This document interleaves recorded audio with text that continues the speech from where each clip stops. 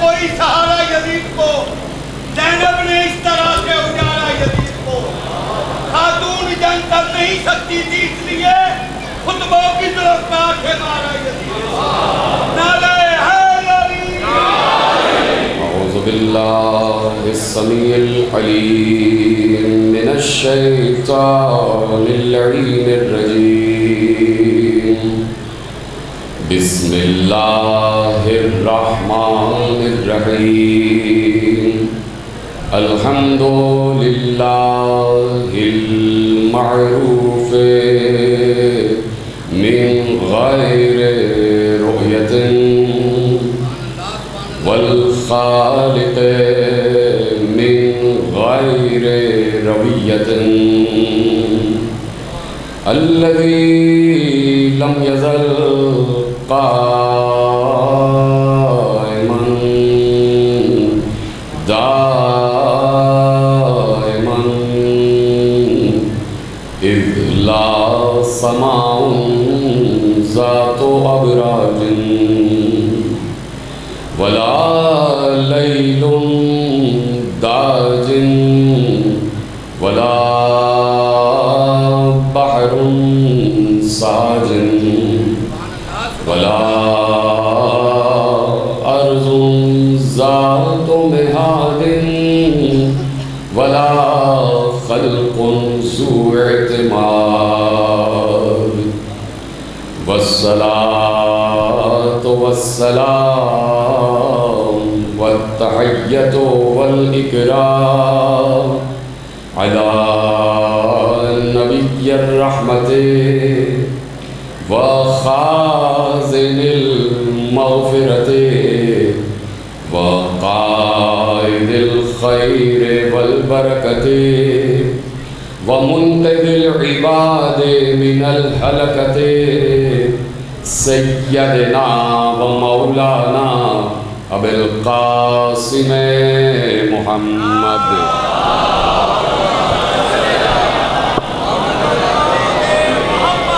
وأهل بيته الطيبين الطاهرين المعصومين المظلومين المنتخبين المنتجبين الذين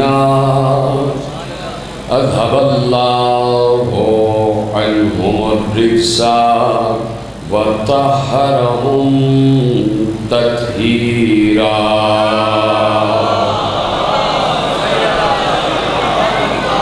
أما بعد فقد قال الله سبحانه وتعالى في محكم كتابه المجيد وفرقانه الحميد وقوله الحق بسم الله الرحمن الرحيم يعرفون نعمة الله ثم ينكرونها وأكثرهم الكافرون صلوات علی محمد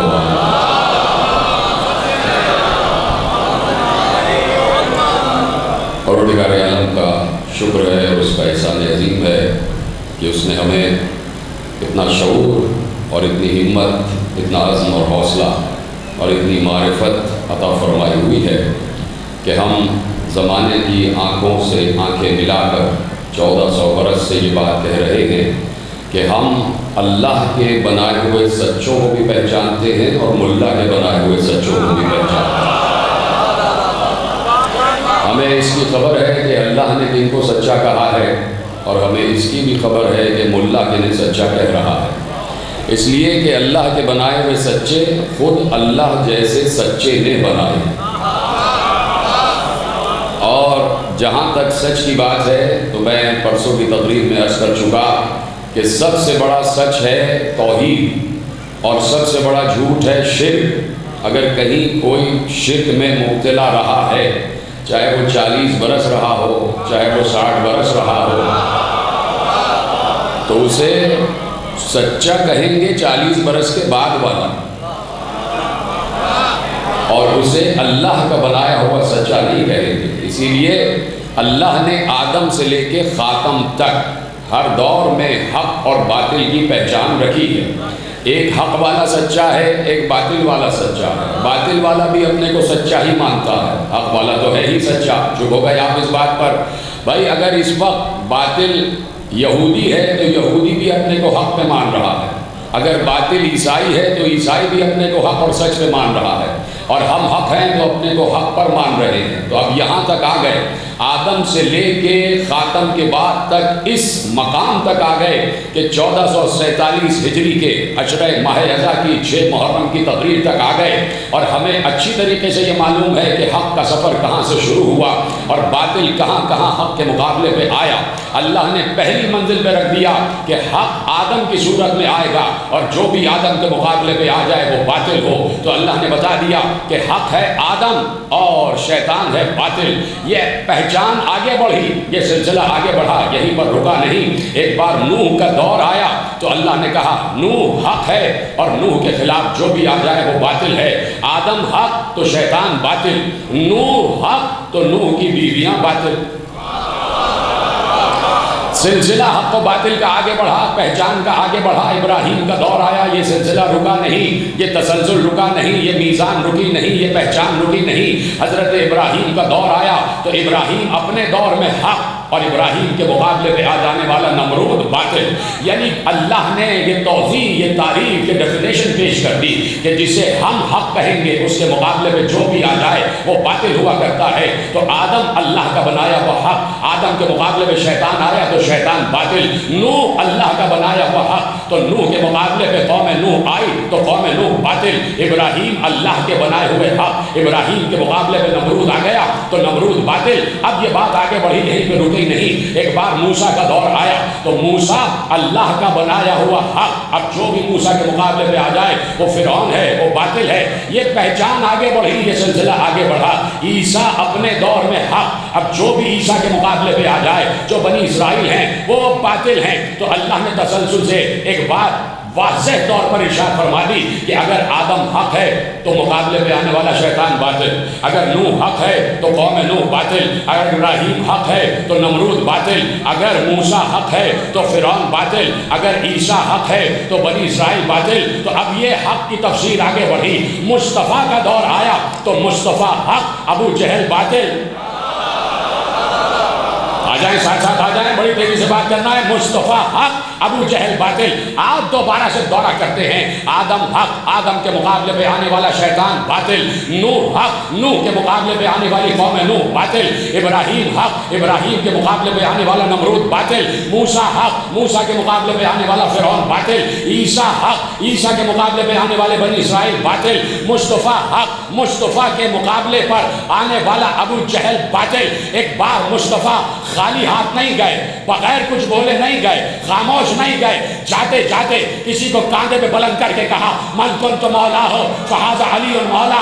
تو علی اپنے زمانے کا حق، اب جو علی کے مقابلے پہ آ جائے۔ آواز بڑھا، آواز۔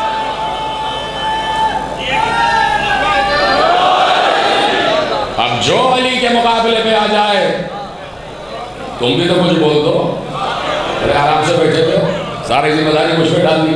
علی حق ہے، علی حق تو بولو علی، علی، علی۔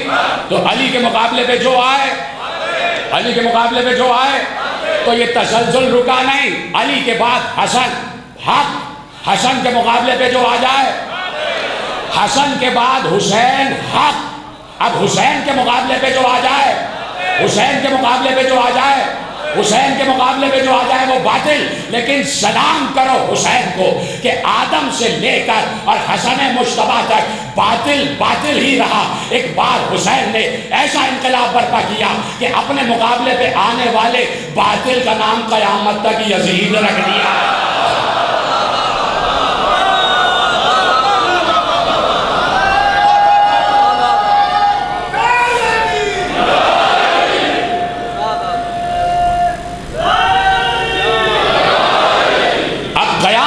باطل کا نام ہے یزید۔ جہاں پر بھی کوئی باطل نظر آئے گا اسے کہا جائے گا یہ یزید ہے، یہ یزید ہے۔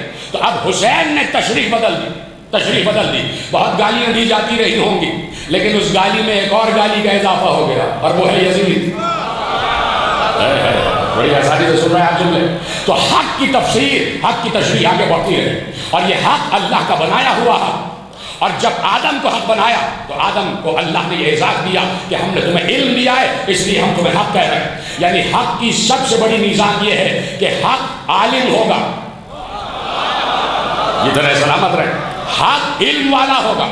جس کے پاس علم ہوگا وہی حق پر ہوگا، اور وہ بھی علم وہ والا علم جو ہم دیں، جسے ہم کہہ دیں کہ یہ علم ہے. اپنی طرف سے کوئی جہالت کو علم نہ کہہ دینا، اپنی طرف سے جہالت کو علم نہ کہہ دینا. چپ ہو گیا. ادھر سے بدر کے کافرین آئے اور ادھر سے پیغمبر. بڑا سامنے کا واقعہ ہے. ادھر سے بدر کے کافرین، ادھر سے پیغمبر. پہلی تقریر میں نے جملہ عرض کیا تھا، آپ کے حوالے کر رہا ہوں. ادھر سے بدر کے کفار، وہاں سے مکے کے کفار، اور وہ آ کے کہہ رہے تھے کہ ہمارے پاس لات ہے، منات ہے، عزا ہے. مسلمانوں سے طنز کر کر کے کہہ رہے تھے تمہارے پاس تو کچھ بھی نہیں، ہمارے پاس تین ہے، تمہارے پاس کچھ بھی نہیں. ہمارے پاس لات، منات، عزا، تمہارے پاس کچھ نہیں. تو میرا دل کہتا ہے کہ پیغمبر نے کہا ہوگا تمہارے پاس لات ہے تو ہمارے پاس اللہ کا ہاتھ ہے. تو اب وہاں سے جملے آ رہے تھے کہ ہمارے پاس لات، منات، عزا ہے، مسلمانوں تمہارے پاس تو کچھ نہیں ہے. ایک بار پیغمبر نے کہا جاؤ ان کے سامنے نعرہ بلند کرو کہ اللہ مولانا ولا مولا لکم، اللہ ہمارا مولا ہے، تمہارا تو کوئی مولا ہی نہیں ہے، تمہارا تو کوئی مولا ہی نہیں ہے. یہاں سے بات آگے بڑھا رہا ہوں. یعنی پیغمبر نے ایک فکر دے دی کہ کافروں کا کوئی مولا نہیں ہوتا، کافروں کا کوئی مولا نہیں ہوتا. چپ ہو گئے. جملہ پلٹ دیتا ہوں. پیغمبر نے بتایا جس کا کوئی مولا نہ ہو وہی تو کافر ہوتا ہے. تو اب یہ مولائیت ہے اور یہ علم ہے. یعنی جہاں جہاں اللہ کی طرف سے ہدایت جائے گی وہاں اللہ کا دیا ہوا علم جائے گا. تو وہاں سے کافر اپنا بنایا ہوا علم لا رہے تھے، وہ علم نہیں تھا. لات، منات، عزا یہ علم نہیں ہے. علم یہ ہے کہ توحید کو مانے، لا الہ الا اللہ کہے، یہ ہے. اب اس علم کا تسلسل جو آ رہا تھا وہاں اللہ علم منتقل کرتا گیا. کہا ہم نے آدم کو علم دیا، علم آدم الاسماء کلھا، اس لیے آدم حق پر ہے. ہم نے نوح کو علم دیا، نوح نسلوں کو پہچان لیتے تھے، اس لیے ہم نے نوح کو حق کہا، نوح کو علم کہا. ہم نے ابراہیم کو ملکوت السماوات والارض کو بلند کیا تو ابراہیم بھی عالم ہے، اس لیے ابراہیم بھی حق پر ہے. ہم نے موسیٰ کو علم دیا اور موسیٰ کو ہم نے توریت دے دی، اس لیے موسیٰ عالم ہے تو موسیٰ بھی حق پر ہے. ہم نے عیسیٰ کو انجیل دے دی، عیسیٰ علم رکھتا ہے اس لیے عیسیٰ بھی حق پر ہے. ہم نے مصطفیٰ کو قرآن دے دیا تو اس لیے قرآن عالم ہے، قرآن علم ہے، اس لیے مصطفیٰ حق پر ہے. اب قرآن تسلسل سے آگے بڑھ رہا ہے. قرآن اتنا آخری کتاب ہے، آخری کتاب. اب اس کے بعد جو حق ہے جسے علی کہتے ہیں وہ کیسے ظاہر کرے کہ میں علم والا حق ہوں. جی سلامت رہے بھائی. کتاب ختم ہو گئی، نبوت ختم ہو گئی، کتاب آ گئی، اس کے بعد کوئی کتاب نہیں آنا. اب علی کیسے ظاہر کرے کہ میں ہی وہ عالم ہوں کہ جو حق پر ہوا کرتا ہے. ایک بار علی نے ایسا اعلان کیا جو آدم سے لے کے خاتم تک علم رکھنے کے باوجود کوئی نہ کہہ سکا. منبر پہ بیٹھے اور کہا سلونی. جی سلامت رہے کہ جو آدم سے خاتم تک کوئی نہ کہہ سکا. منبر پہ بیٹھ کر کہا سلونی قبل ان تفتنونی، مجھ سے سوال کرو اس سے پہلے کہ میں تم میں نہ رہوں، اس سے پہلے کہ تم اور میں ایک دوسرے سے جدا ہو جائے. کہا مجھ سے سوال کرو، مجھ سے. توجہ فرمایا. ایک آیت پڑھ دوں اور آپ کی اجازت ہو. قرآن نے سورہ مبارکہ فرقان میں ارشاد فرمایا الذی خلق السماوات والارض وما بینہما فی ستۃ ایام ثم استوی علی العرش الرحمن فاسأل بہ خبیرا. کچھ سمجھ میں آیا؟ یہ ہوتا ہے تیزی تیزی سے پڑھنے کا نتیجہ. سمجھ جاؤ نا کیا کہہ رہا ہوں. کھڑے کھڑے پڑھنے کا یہ نتیجہ ہوگا. اس کا مطلب ہے تراویح ہم بھی پڑھ سکتے ہیں لیکن ہمیں تراویح سے زیادہ تراویحاں اچھی لگتی ہیں، دو تراویحاں اچھی لگتی ہیں. اللہ نے کہا الذی خلق السماوات والارض وما بینہما فی ستۃ ایام ثم استوی علی العرش الرحمن فاسأل بہ خبیرا. اللہ کہہ رہا ہے میں وہ ہوں، اللہ وہ ہے کہ جس نے 6 دنوں میں زمین آسمان اور جو کچھ بھی اس کے درمیان اسے خلق کیا. ثم استوی علی العرش، پھر وہ عرش پر غالب آ گئے، پھر اس نے عرش کی تدبیر کی. الرحمن وہ بڑا رحمان ہے. اگر یہ ساری باتیں سمجھ میں نہ آئیں تو کسی خبیر سے پوچھ لو. اللہ کہہ رہا ہے باقی یہ باتیں سمجھ میں نہ آئے تو کسی خبیر سے پوچھ لو، خبر رکھنے والے سے پوچھ لو. میں سامنے کی بات کر رہا ہوں، صرف سلونی سمجھانا ہے تو آپ کے حوالے کر رہا ہوں، جملہ آپ کا سنا ہوا ہے. خبیر سے پوچھ لو. اللہ کہہ رہا ہے مجھ جیسا خبیر، کوئی اللہ جیسا خبیر کسی کو خبیر کہے، خبر رکھنے والا، تو وہ کتنا بڑا باخبر ہوگا جسے اللہ کہہ رہا ہے یہ باخبر ہے. دنیا سر مارتی مارتی مر جاتی، نہ پتہ چلتا کہ وہ باخبر کون ہے جو اللہ کی طرف سے ہے. اگر قرآن میں ایک لفظ نہ رکھا ہوتا، قرآن نے کہا فَاسْأَلْ بِهِ خَبِيرًا، فَاسْأَلْ بِهِ خَبِيرًا. اگر یہ ساری تخلیق سمجھ میں نہ آئے تو سوال کرو کسی خبیر سے، سوال کرو کسی خبیر سے، سوال کرو کسی خبیر سے. نہ پتہ چلتا کہ وہ خبیر کون ہے اگر علی منبر پہ نہ کہتے سوال کرو مجھ سے، سوال کرو مجھ سے. تو علی سے سوال ہوئے، یہیں تک آپ کو لانا تھا. علی سے سوال ہوئے. علی منبر سلومی کے عرشے پر بیٹھے، عرشے پر بیٹھے، اور عرشے پر بیٹھ کر علی نے بتایا عرشے پر عرش والا بیٹھا، اور پھر کہا سلونی سوال کرو مجھ سے. علی کا یہ نعرہ کوفے کی فضاؤں کو چیرتا ہوا 4 تانگے عالم میں پہنچ گئے. حجاز سے آگے بڑھا، یمن سے آگے بڑھا، ادھر حبش سے آگے بڑھا، ادھر روم تک پہنچا. علی کا یہ نعرہ سرحد روم تک، شام کی سرحدوں کو پار کرتا ہوا روم کی سرحد تک علی کے الفاظ پہنچ گئے. علی کی آواز ہے، یہ گانے سے سن لیا آپ نے، علی کی آواز ہے، علی بول رہا ہے، علی بول رہا ہے. تو کیسے کوئی کان نہ سنے گا؟ جب علی بول دے تو کیسے کوئی کان نہ سنے گا؟ علی کا نعرہ سلونی کوفے کی سرحدوں کو پار کرتا ہوا 4 تانگے عالم میں پھیلا. جہاں جہاں علم کو پسند کرنے والے تھے وہ علی کی بزم میں آ کر بیٹھ گئے. اشارے نہیں سمجھ رہے آپ؟ یعنی علی کے نعرہ سلونی کے اثر نے بتایا کہ جو علم پسند ہوتا ہے وہ علی پسند ہوتا ہے، جو علم کو پسند کرتا ہے وہ علی کو پسند کرتا. تو جہاں جہاں علم کے متلاشی تھے وہ آ گئے، علی کی بزم میں بیٹھ گئے. اور علی کی بزم میں کوئی اختصاص نہیں تھا کہ صرف کلمہ پڑھنے والے بیٹھے. علی کی بزم کھلی ہوئی تھی، علی کے دروازے کھلے ہوئے تھے. آ جاؤ، عیسائی ہو تو آ جاؤ، یہودی ہو تو آ جاؤ، بت پرست ہو تو آ جاؤ، ستارہ پرست ہو تو آ جاؤ، آفتاب پرست ہو تو آ جاؤ، مہتاب پرست ہو تو آ جاؤ، نجوم پرست ہو تو آ جاؤ، زمین پرست ہو تو آ جاؤ، تراب پرست ہو تو آ جاؤ، ابو تراب پرست ہو تو آ جاؤ. بلا لیا سب کو. علی کی بزم سج گئے. اور علی منبر پہ روز بیٹھتے تھے اور علی سے سوالات ہوتے تھے. ادھر سے ایک سوال ہوا، علی نے کہا یہ جواب ہے، بیٹھ جاؤ. ادھر سے ایک سوال ہوا، علی نے کہا یہ جواب ہے، بیٹھ جاؤ. ادھر سے سوال ہوا، علی نے کہا یہ جواب ہے، بیٹھ جاؤ. ادھر سے سوال ہوا، علی نے کہا یہ جواب ہے، بیٹھ جاؤ. ادھر سے سوال ہوا، علی نے کہا یہ جواب ہے، بیٹھ جاؤ. ادھر سے سوال ہوا، علی نے کہا یہ جواب ہے، بیٹھ جاؤ. بہت سے ایسے سوال پوچھنے والے تھے جو اٹھے تو علی نے کہا سوال نہ بتا، جواب لے لے. سوال نہ بتا، جواب لے لے. بہت سے سوال پوچھے بغیر علی نے جوابات دے دیے. کہا وقت کم ہے، سوالات زیادہ ہیں. ایک ایک نشست میں علی سے 1,000 سوالات ہوئے. اے میرے بھائی، مجھے غصے سے دیکھنے والے تم سے بتاتے ہو، ایک ایک نشست میں علی سے 1,000 سوالات ہوئے. اللہ اکبر. تو کہتے ایسے سن رہے ہیں 1,000 سمجھ رہے ہو؟ 900 کے بعد پھر 100 لگتے ہیں، پھر 999 کے بعد پھر 1 لگتا ہے، پھر 1000 مکمل ہوتے. آپ کیا ایک سمجھ رہے ہیں؟ 1,000 سوال ایک ایک نشست میں علی سے کیے گئے. اور علی نے کسی سے یہ نہیں کہا کل بتاؤں.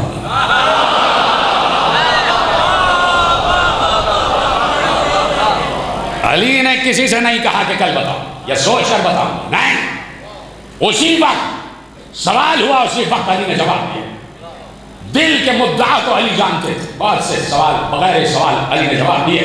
کہا یہ تم سے ہی متعلق ہے، ضروری نہیں ہے کہ تم سوال کرو، بیٹھ جاؤ بیٹھ جاؤ بیٹھ جاؤ. سب کے سوال، سب کے سوالوں کے جوابات علی نے دیے. ایسے میں حاکم روم نے ایک سپاہی بھیجا، ایک قاصد بھیجا، اور کہا کہ جاؤ، یہ 2 فوجیں آپس میں لڑ رہی ہیں اور یہ قریب ہے کہ ٹکرائیں. اس سے پہلے کہ یہ جنگ کی آگ ہمارے روم تک آ جائے تو ہمیں طے کرنا ہے کہ کس کا ساتھ دینا. تو کہا کہ کس کا ساتھ دیں گے بادشاہ؟ کا دونوں کا دعویٰ یہ ہے کہ یہ وارث رسول ہے. شام والا بھی کہہ رہا ہے اور صبح والا بھی کہہ رہا ہے. قربان جاؤں آپ کی سادگی پہ، کیسے آسانی سے سن رہا. شام والا بھی کہہ رہا ہے کہ میں وارث، اور صبح والا بھی کہہ رہا ہے میں وارث. تو کیسے پتا کریں کہ اصل وارث کون ہے؟ تو دیکھ لیجئے کس کے پاس جائیداد زیادہ ہے، درہم و دینار زیادہ ہے، ملک و مال زیادہ ہے. اس نے جزائر غربی خریدے ہوئے ہیں. کس کے پاس جائیداد ہے، کس کے پاس زمین ہے، دیکھ لیں.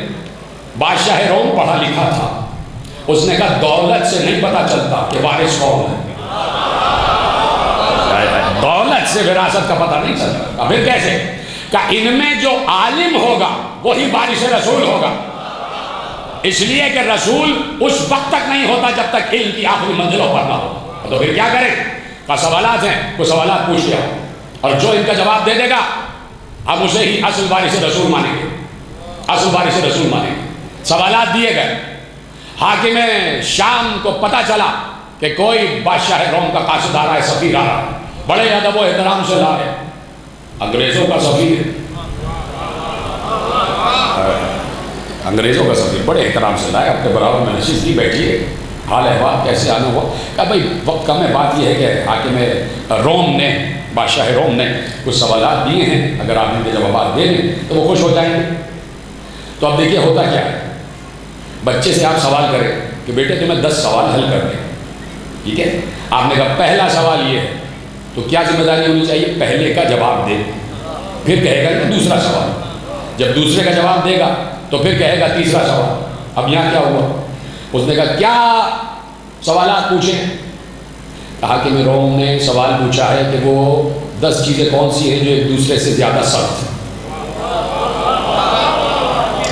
انہوں نے کہا دوسرا سوال. میں حساس لوگ بیٹھے، پتلی پیچھے والے بات سمجھے نہیں کہ مثال میں نے اسی کے پہلے دی کہ جملے تو سمجھے بھائی. پہلے سوال کا جواب آیا نہیں. کا دوسرا سوال. کا دوسرا سوال یہ ہے کہ حاکم روم نے سوال پوچھا ہے کہ زمین سے آسمان کا فاصلہ کتنا. کہہ رہے تیسرا سوال. کا تیسرا سوال یہ ہے کہ حاکم روم نے پوچھا ہے کہ مشرق سے مغرب کا فاصلہ کتنا. انہوں نے کہا چوتھا کوئی سوال ہے. کہا اس نے کہا ہے کہ چوتھا سوال یہ ہے کہ قوس قزح کیا ہے. انہوں نے کہا اور بھی کوئی سوال ہے. کہا جیب سے ایک شیشی نکالی اتنی سی. کہا حاکم روم نے کہا اس اتنی سی شیشی میں کائنات کی ہر شے کو بند کر دو. کائنات کی ہر شے کو اس شیشی میں بند کر دو. کہنے لگے ابھی تو آئے ہو، سفر سے آئے ہو، تھکے ہوئے ہو، ذرا اسٹیٹ گیسٹ بن جاؤ. ہماری اسٹیٹ گیسٹ بنیے آپ. ہم نے آپ کے لیے بہترین کمرہ، بہترین گیسٹ ہاؤس تیار کیا ہے. آپ وہاں آرام فرمائیے، ہماری نعمتوں سے آپ شغل فرمائیے، اور کل یا پرسوں پھر دربار لگے گا. ابھی تو ہمیں بہت سے کام ہیں، پھر ہم آپ کو جواب دیں گے. ان کو جا کے لٹا دیا، وہ سونے لگ گئے، آرام کرنے لگ گئے. ادھر سے حاکم شام نے ایک سپاہی بلایا، اور سپاہی بلانے کے بعد کہا کہ دیکھ بھائی یہ شامیوں کا لباس اتار دے، کوفیوں کا جیسا لباس پہن، اور جا کوفے میں ممبر پہ علی بیٹھے ہیں، ذرا ان کے سامنے بیٹھ جا. جیسے ہی علی سلونی کہے سارے جواب لے کے آ جا. کہ اس لیے کہ علی کسی کو بھی اپنے دروازے سے خالی ہاتھ نہیں بھیجتا. علی سوال کا جواب دینے سے پہلے یہ نہیں پوچھتا کہ مسلم ہے یا مومن ہے یا منافق ہے یا کافر ہے. کہ علی سب کو دیتا. جاؤ علی کی بس میں بیٹھ جاؤ. علی کی بزم سج گئی، وہ آ کے بالکل سامنے بیٹھ گیا. علی آئے، سب کھڑے ہوئے. علی نے کہا بیٹھ جاؤ، سب بیٹھ گئے. علی نے خطبہ دیا، خطبہ ارشاد فرمایا، توحید بیان کی، پیغمبر کی ہم بیان کی، پیغمبر کی مدح بیان کی، کائنات کے مسائل پر علی نے گفتگو کی. اور جب سارا خطبہ دے دیا پھر کہا سلونی بالکل سامنے بیٹھا تھا، کھڑا ہو گیا. خلیفۃ المسلمین میرا آپ سے سوال ہے. کہ کیا بات ہے؟ وہ کھڑا ہوا. اس نے کہا کہ میں کوفے کا رہنے والا ہوں اور آپ کا چاہنے والا ہوں. علی نے فوراً کہا نہ تو کوفے کا رہنے والا ہے نہ میرا چاہنے والا ہے. نہ تو کوفے کا رہنے والا ہے نہ میرا چاہنے والا ہے. اس نے کہا میں اللہ کی قسم کھا کے کہتا ہوں آپ کا چاہنے والا ہوں. علی نے کہا میں اللہ کی قسم کھا کے کہتا ہوں تو میرا چاہنے والا نہیں ہے. میں اللہ کی قسم کھا کے کہتا ہوں تو میرا چاہنے والا نہیں ہے. اس نے کہا میں خدا کی قسم کھاتا ہوں. علی نے کہا میں اللہ کی قسم کھاتا ہوں تو چاہنے والا نہیں ہے. وہ کہتا ہے کہ یا ابا الحسن یا ابا تراب یا خلیفۃ المسلمین، میں اللہ کی قسم کھا کے کہہ رہا ہوں کہ میں آپ کا چاہنے والا ہوں اور آپ اللہ کی قسم کھا کے مجھے جھٹلا رہے ہیں؟ قسم یہ جو میں تجھے جھٹلا رہا ہوں تو جھٹلا نہیں رہا، حقیقت بیان کر رہا ہوں، اس لیے کہ اللہ نے ارواح انسانی کو پہلے خلق کیا اور ان روحوں کے بدن کو روحوں کی تخلیق کے 2000 برس کے بعد خلق کیا۔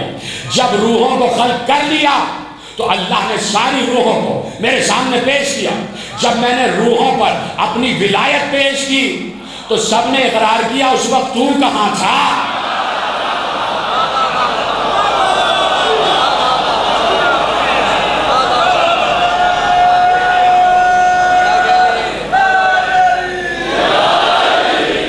اس وقت میں نے تجھے نہیں دیکھا، تو اقرار کرنے والوں میں نہیں تھا، جھوٹ بولتا ہے۔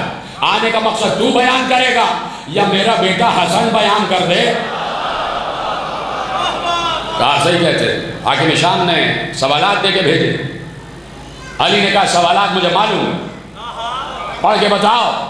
سوالات پڑھ کے بتائے گئے، کہا اس کا جواب تو میرا بیٹا حسن دے سکتا، یہ تو ہمارے گھر کا بچہ دے سکتا۔ جوابات دیجئے۔ جوابات شروع ہوئے کہ وہ 10 چیزیں، سب سنی ہوئی باتیں آپ کی، میں ایک مقام پر آپ کو لے جانا چاہتا ہوں تاکہ جلدی سے گفتگو کامل ہو جائے۔ کہ وہ 10 چیزیں جو ایک دوسرے سے زیادہ سخت ہیں۔ سب سے زیادہ سخت ہے پتھر، پتھر سے زیادہ سخت ہے لوہا جو پتھر کو توڑ دیتا، لوہے سے زیادہ سخت ہے آگ جو لوہے کو پگھلا دیتی، آگ سے زیادہ سخت ہے پانی جو آگ کو بجھا دیتا، پانی سے زیادہ سخت ہے بادل جو پانی کو لیے پھرتا، بادل سے زیادہ سخت ہے ملک جو بادل کو اڑائے پھرتا، اس سے زیادہ سخت ہے ہوا جو ان کو اڑا کے لے جاتی ہے۔ کہ ہوا سے زیادہ سخت ہے وہ ملک الہوا جو ہوا کو اڑا رہا ہے، ملک الہوا سے زیادہ سخت ہے ملک الموت کہ جو ملک الہوا کو بھی موت دے گا، اور ملک الموت سے زیادہ سخت ہے امر رب کہ جو موت کو بھی ٹال سکتا ہے، اور ہم ہی تو امر رب ہیں، جسے چاہے موت دے دے جسے چاہے۔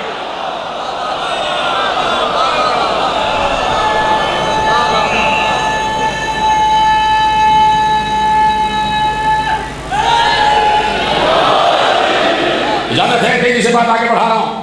کام سب سے زیادہ سخت ہے امر رب جو موت کو ٹال دیتا ہے۔ وَنَحْنُ عُمَرَاءِ اللَّهِ وَنَحْنُ أَوْلِيَاءِ اللَّهِ، موت کو ٹال سکتے ہیں، زندگی کو آگے بڑھا سکتے ہیں۔ کا دوسرا سوال کیا ہے؟ دوسرا سوال یہ ہے کہ زمین سے آسمان کا فاصلہ کتنا ہے؟ زمین سے آسمان کا فاصلہ کتنا ہے؟ میری طرف دیکھنا۔ کہ زمین سے آسمان کا فاصلہ ایک نگاہ کا فاصلہ۔ جو سمجھ گیا ان کو سلام ہے میرا، جن کے ہاتھ ابھی تک بلند نہیں ہوئے خدا ان کے ہاتھوں کو قوت عطا فرمائے۔ کہ ایک نگاہ کا فاصلہ، ابھی نگاہ زمین پہ تھی، ابھی آسمان پہ چلی گئی۔ بتا دیا زمین سے آسمان تک ایک لمحے میں نور ہی پہنچ سکتا ہے، خاک نہیں پہنچ سکتا۔ آنکھوں میں نور ہوتا۔ کہ یہ بتائیے کہ مشرق سے مغرب کا فاصلہ کتنا؟ کہ مغرب سے مشرق کا فاصلہ سورج کی ایک دن کی مسافت، ایک دن کا سفر۔ مشرق سے طلوع کرتا ہے، مغرب میں ڈوب جاتا ہے۔ کہ یہ قوس قزح کیا ہے؟ غلط، قوس قزح نہیں ہے، یہ قوس قزح نہیں ہے، قزح شیطان کا نام ہے، یہ قوس اللہ ہے۔ کہ یہ اللہ کی قوس ہے۔ جب یہ قوس نمودار ہوتی ہے تو فصلوں کے کھلنے کی نشانی دیتی، بہار کے موسم کی کا اشارہ دیتی، یہ زرخیزی کو بڑھاتی ہے، یہ قوس اللہ کہلاتی ہے۔ آخری سوال کیا ہے؟ کہ اس شیشی میں کائنات کی ہر شے کو بند کر، چھوٹی سی شیشی میں کائنات کی ہر شے کو بند کر۔ مولا علی نے کہا کمبر پانی لاؤ۔ اتنی مشکل بات نہیں ہے، اتنی مشکل بات نہیں ہے۔ کمبر ایک جام آب میں پانی لائے، مولا نے شیشی کا ڈھکنا کھولا، اس میں سے پانی کے چند قطرے نکالے، شیشی میں ڈالے، شیشی کا ڈھکنا بند کر کے کہا لو کائنات کی ہر شے کو اس شیشی میں بند کر دیا۔ کہ کائنات کی ہر شے کو شیشی میں بند کر دیا۔ متحیر ہو کے کہتا ہے کہ پانی کے چند قطرے ڈال دیے شیشی میں اور آپ کہہ رہے ہیں کائنات کی ہر شے کو بند کر دیا۔ یہی تو ہم کہہ رہے ہیں کہ اگر قرآن پڑھا ہوتا سمجھ کے تو بات سمجھ میں آ جاتی، صرف تو نے قرآن پڑھا ہے سمجھا نہیں ہے۔ قرآن میں اللہ کہہ رہا ہے وَجَعَلْنَا مِنَ الْمَاءِ كُلَّ شَيْءٍ حَيٍّ، ہم نے ہر شے کی حیات پانی میں رکھی ہے۔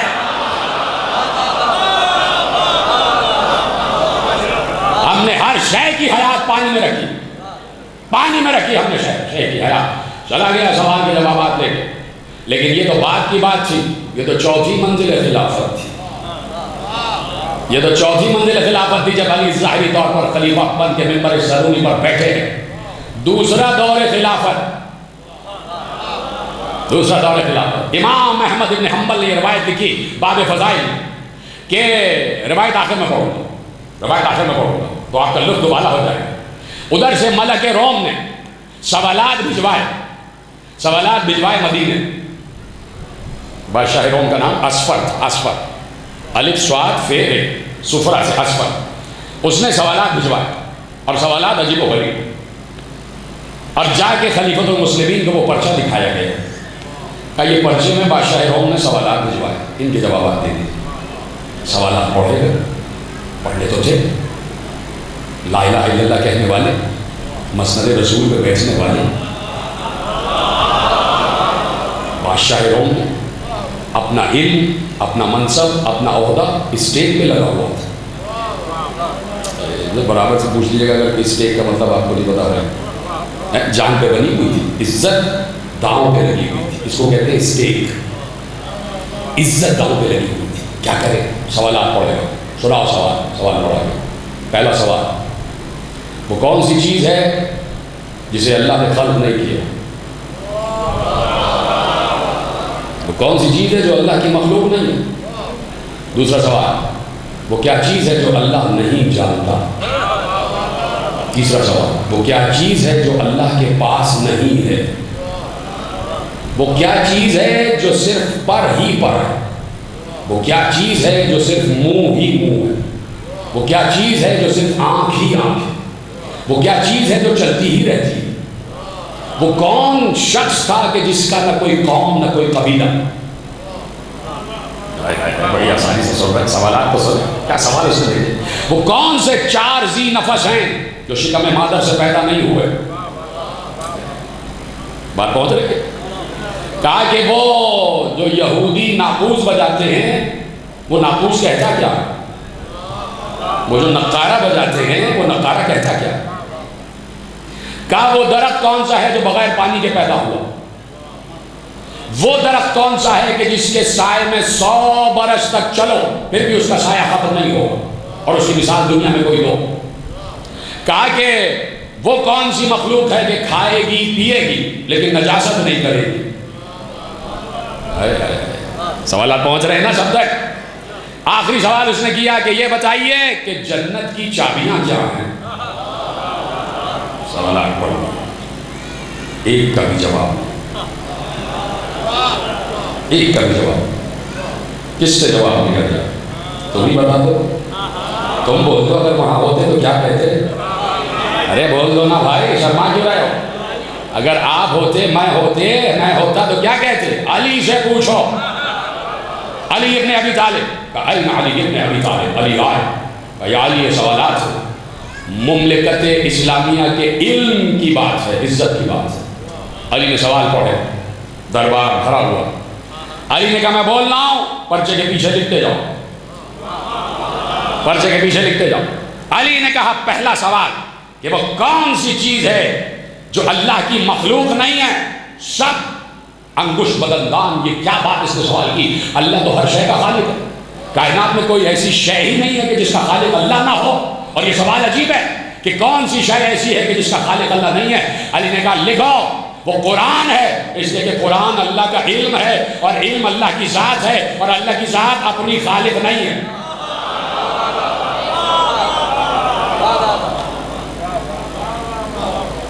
بڑے 2-4 لوگ ایسے بیٹھے ہیں جن کو دیکھ کے مجھے ڈر لگ رہا، پتہ نہیں وہ کیوں بیٹھے ہیں مجلس میں. کہا یہ قرآن ہے، قرآن اللہ کی مخلوق نہیں ہے، قرآن اللہ کا علم ہے اور علم اللہ کی ذات ہے، اور اللہ اپنی ذات کا خالق نہیں ہے. اللہ خود ہی ہے، خود ہی ہے، خود ہی ہے. کہ دوسری چیز کہ وہ کیا چیز ہے جو اللہ نہیں جانتا؟ کہ لکھ دو آگے میں روم سے لکھ دو. عیسائی ہے نا یہ عیسیٰ کو اللہ کا بیٹا کہتا. دوسرے سوال کا جواب یہ ہے کہ اللہ یہ نہیں جانتا کہ اس کے کوئی بیٹا بھی ہے. اللہ یہ نہیں جانتا کہ اس کے کوئی بیٹا بھی ہے. تیسرا سوال، اللہ کے پاس کیا چیز نہیں ہے؟ کہا اللہ کے پاس ظلم نہیں. ایسے آہستہ میں بھی ایسے ہی بولوں گا. کس معاملے میں بولتے ہو تم لوگ؟ کچھ نیا مجمع آیا ہوا ہے 5 محرم سے ہٹ کے،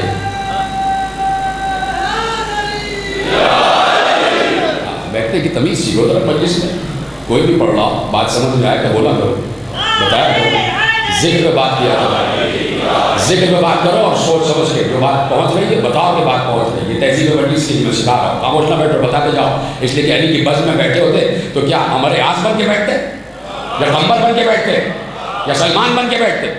کتنے لوگ ہیں جو سلمان بننا چاہتے ہیں؟ مجھے ہاتھ اٹھا کے بتائیں، مشغول میرے تو بولا کرو نا جب علی کے فضائل ہو رہے ہیں۔ علی نے کہا وہ چیز جو اللہ کے پاس نہیں ہے وہ ظلم ہے، ظلم اللہ کے پاس نہیں ہے۔ تو نے پوچھا وہ کیا چیز ہے جو پر ہی پر ہے؟ وہ ہوا ہے جو ہر وقت اڑتی رہتی ہے۔ تو نے پوچھا وہ کیا چیز ہے جو منہ ہی منہ ہے؟ وہ آگ ہے جو ہر چیز کو کھا جاتی ہے۔ تو نے پوچھا وہ کیا چیز ہے جو آنکھ ہی آنکھ ہے؟ وہ سورج ہے جو دیکھتا ہی رہتا ہے۔ تو نے پوچھا وہ کیا چیز ہے جو ہر وقت چلتی رہتی ہے؟ وہ پانی ہے، کبھی رکتا نہیں ہے۔ کہ تو نے پوچھا وہ کون شخص تھا جس کا نہ کوئی قوم نہ قبیلہ؟ وہ آدم تھا۔ کہ تو نے پوچھا وہ 4 ذی نفس کون سے ہیں جو شکم مادر میں نہیں رہے؟ کہ سنو، آدم، حوا، ابراہیم کا دمبا، عصائے موسیٰ۔ کہ تو نے پوچھا زمین کا وہ کون سا گوشہ تھا جہاں سورج صرف ایک بار چمکا؟ کہ سن، عصائے موسیٰ دریا پر پڑا، دریا میں راستہ بنا، عصائے موسیٰ دریا پر پڑا، دریا میں راستہ بنا، قوم موسیٰ پار کر گئی، سورج کی کرن اس زمین پر پڑی، جب قوم موسیٰ پار کر گئی پھر پانی آ گیا، پھر اس زمین پر سورج کی کرن نہیں آئی، ایک مرتبہ سورج کی کرن آئی۔ اور تو نے پوچھا کہ وہ کون سا درخت ہے جو بغیر پانی کے پیدا ہوا؟ کہا وہ درخت وہ ہے جو یونس کے لیے اگایا گیا، اس لیے کہ یونس کی کھال اتر رہی تھی اور کھال کو سورج کی تپش سے بچانا تھا، تو اللہ نے ایک بار فوراً ایک درخت اگایا۔ کہ تو نے سوال پوچھا ہے وہ کون سا درخت ہے کہ جس کے سائے میں 100 برس تک چلتے رہو پھر بھی اس کا سایہ ختم نہیں ہوگا اور اس کی شاخیں جنت کے ہر گھر میں جائیں گی؟ درخت ایک ہے، جنت کے ہر گھر میں اس کی شاخیں جائیں گی۔ علی نے کہا وہ 7 آسمان سے اوپر ایک طوبہ کا درخت ہے، ایک شجر طوبہ ہے جو درخت ایک ہے، اس کی شاخیں جنت کے ہر محل ہر قصر میں جائیں گی۔ کہا تو نے پوچھا ہے کہ اس کی مثال دنیا میں کیا ہے؟ تو سن، دنیا میں مثال ہے سورج ایک ہوتا ہے، اس کی کرن کائنات کے ہر گھر میں جا رہی ہوتی۔ کہا تو نے سوال کیا ہے، پہلے کون سا سوال پڑھ دو، چلو۔ تو نے سوال کیا کہ ناقوس کیا کہتا، یہ نقارہ کیا کہتا، نقارہ، اور اس پہ چوٹ پڑ رہی ہے، اسے ناقوس کہتے ہیں۔ یہودی جو ہیں ناقوس بجاتے عبادتوں میں بلانے کے لیے، عیسائی جو ہیں گھنٹا بجاتے عبادتوں میں بلانے کے لیے، ہندو بھی گھنٹی بجاتے عبادتوں میں بلانے کے لیے، مسلمان اذان دیتے عبادت کے لیے بلانے کے لیے، یہودی نقارہ بجاتے ناقوس بجاتے۔ علی نے کہا اگر ان یہودیوں کو معلوم ہو جاتا کہ یہ نقارے سے جو الفاظ نکل رہے ہیں وہ کہتے کیا ہیں تو یہ پہلے ہی دن مسلمان ہو جاتے، ان کو پتہ ہی نہیں کہ نقارہ کیا کہہ رہا ہوتا ہے۔ سب نے کہا بتائیے کہ علی تاکہ ہم پیچھے لکھتے جائیں۔ کہا سنو، نقارہ کہتا ہے، نقارہ بجتے ہوئے دیکھا ہے نا، نوبت بجتے ہوئے دیکھی ہے تم نے؟ ہر جگہ نوبت بجتی ہے، خصوصیت کے ساتھ جو تہذیبی علاقے ہیں ان میں 29 ذی الحج کو نوبت بجتی ہے، کربلا میں بھی نوبت بجتی ہے۔ تم نے اس نوجوان کا خبر بھی پڑھی ہوگی کہ جو نوجوان سب سے پہلی نوبت بجاتا تھا، جس کا ایکسیڈنٹ میں انتقال ہو گیا عراق میں، سب سے پہلی نوبت بجاتا تھا کہ محرم کا اعلان ہو گیا، بڑا سا ڈھول اور اس پر نوبت، اس کو کہتے ہیں نوبت، نقارہ، جو قلندر کے مزار پہ بجا کرتا۔ ٹھیک ہے، اب سمجھ میں آ گئی؟ محرم کا نقارہ سمجھ میں نہیں آ گیا، قلندر کا نقارہ سمجھ میں آ گیا۔ عجیب بات ہے، قلندر کا نقارہ بجتا ہے تو سمجھ میں آ گئی، اسے کہتے ہیں نوبت، اور یہودی وہ نوبت بجاتے ہوئے جاتے ہیں۔ کہ اگر یہودیوں کو معلوم ہو جاتا کہ یہ نوبت کہتی کیا ہے تو یہ مسلمان ہو جاتے۔ یا علی کچھ بتائیے، کہ لکھو۔ اور علی نے ردھم میں جو لکھوایا، خدا کی قسم عرش کر اٹھو گے، مجھ سے کہا گیا ہے اس لیے پڑھ رہا ہوں، نہیں تو یہ میرا موضوع نہیں تھا، مجھے بانیان نے کہا ہے تو میں پڑھ رہا ہوں۔ ایک بار علی نے کہا لکھو، نقارہ کہتا ہے سبحان اللہ حقا حقا، آواز بڑھاؤ، سبحان اللہ حقا حقا، سبحان اللہ حقا حقا ان المولا صبر یبقى یحلم انا رفقا رفقا لولا حلمه كنا نشقى یا مولانا لا تهلكنا وتداركنا واستخدمنا واستثبتنا واستغلتنا یا ابن الدنیا محلا محلا یا ابن الدنیا قرنا قرنا یا ابن الدنیا وزنا وزنا یا ابن الدنیا دقا دقا كلا موتا كلا موتا كلا دفنا كلا دفنا یا ذا منزا کنزا هذا لسنا نرجو ننجو نخشا سبحان اللہ حقا حقا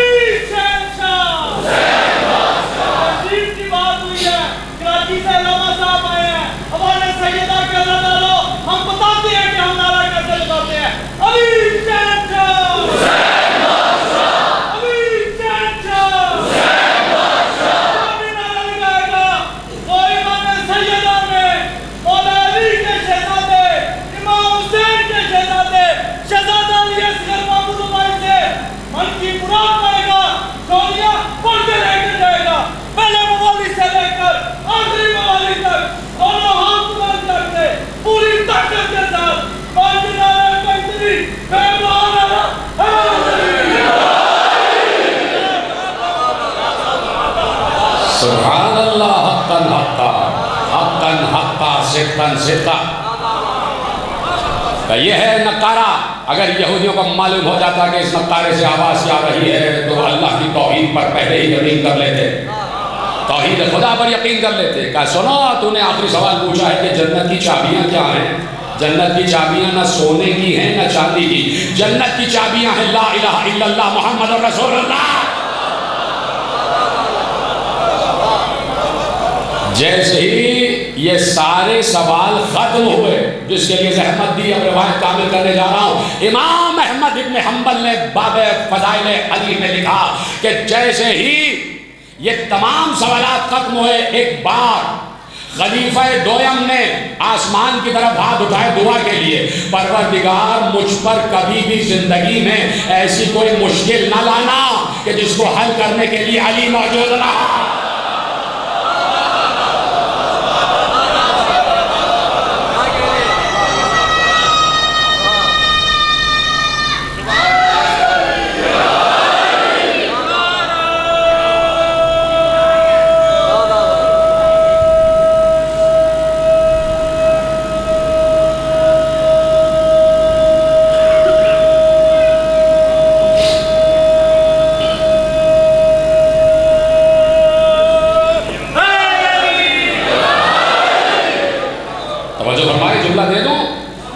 مہدی شاہ صاحب جملہ آپ کے حوالے, آپ کی ناظر, کہ خلفاء نے بھی علی کو مشکل کشا ہی مانا ہے.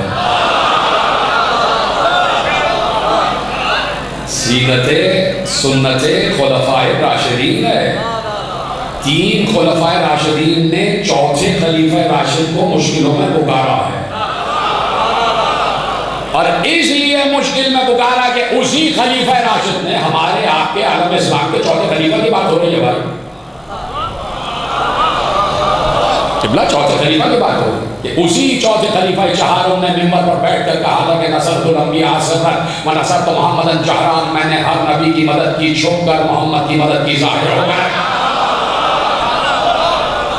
تو یہ علم کا تسلسل ہے کہ جو کہیں رکا نہیں. اور جیسے ہی ختمی مرتبت تک یہ علم کا تسلسل آیا تو ختمی مرتبت نے حدیث ارشاد فرمائی, ہم میں سے کسی کو کم نہ سمجھنا, ہمارا پہلا بھی محمد, اوسط بھی محمد, آخر بھی محمد, کل کے کل محمد. یعنی یہ محمدیت کا تسلسل ہے کہ آگے جائے گا. اسی طرح پہلا بھی علی,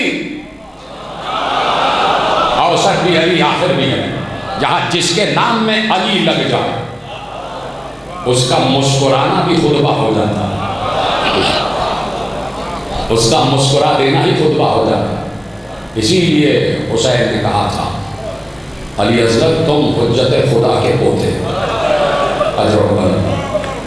میں نے فضائل میں کچھ نوجوانوں کو دیکھا کہ وہ بول نہیں رہے. میں نے حسن ظن یہ کیا ہے کہ شاید یہ مسائل سننے آئے.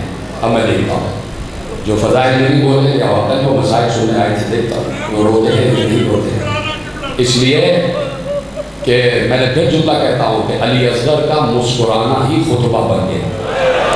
آج اسی مسکراہٹ پر 1400 برس سے شعر لکھے جا رہے ہیں، آج اسی تبسم علی اصغر پر کتابوں کی کتابیں لکھتی ہیں کہ ہائے کسی نے ایک جملہ لکھا، جملہ آپ کے سینوں کو اتر جائے گا، جس نے سنا ہے وہ تو دوہرا روئے گا، جس نے پہلی مرتبہ سنا ہے وہ چیخ مار کے روئے گا، جس نے دوسری مرتبہ سنا ہے وہ اس سے زیادہ چیخ مار کے روئے گا۔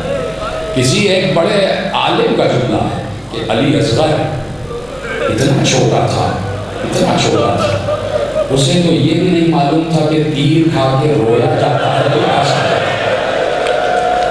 دیکھنا چاہتا ہوں کون کون خاموش ہے، کون شفیع المرد ہے کہ آج بھی اگر کوئی نہ رویا تو اس کو عزا خانے میں آنے کا حق نہیں ہے، اس لیے کہ یہ علی اصغر کی اصغر قربانی نہیں ہے، یہ حسین کی اکبر قربانی ہے، یہ حسین کی اکبر قربانی ہے۔ رونے آئے ہو جھولے کی زیارت برآمد ہوگی، ادھر بھی یہ بھی اگر نہیں رونا آ رہا ہے تو بیٹے گردن جھکا دو، اگر نہیں رونا آتا گردن جھکاؤ، اب جو ہے میری طرف دیکھتے رہنا، جھولا برآمد ہوگا، یہ جھولا ام رباب کا ارمان ہے جو برآمد ہوگا۔ میری مائیں بہنیں بیٹھی ہیں، خدا تمہاری گودیوں کو سلامت رکھے۔ ماں کو جتنی محبت